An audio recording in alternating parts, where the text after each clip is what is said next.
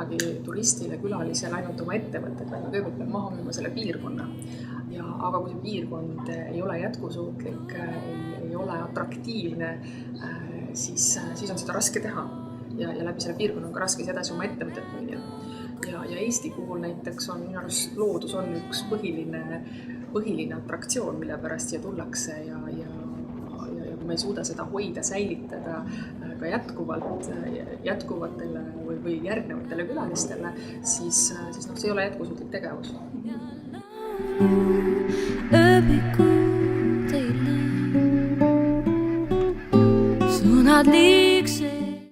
Et kasu saavad päris mitmed osapooled ehk siis nii kohalik kogukond, kohalik keskkond, külalised ja ettevõtte ise ka, sest et spa-hotelli näol on tegelikult hästi suure ressursi kasut.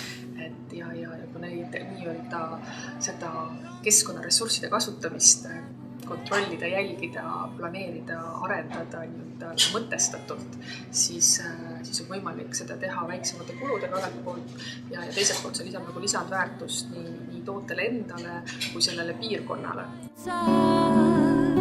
Igavesti hiljem räägiks meist.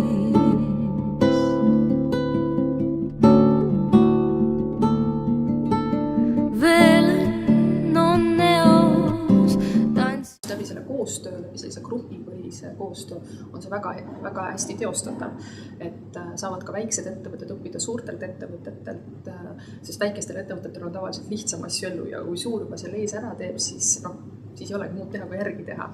Ja samamoodi saavad suured ettevõtted õppida väikestelt ettevõtetelt, et see ongi sihuke tore koos tegemine, koos õppimine, kogemuste vahetamine.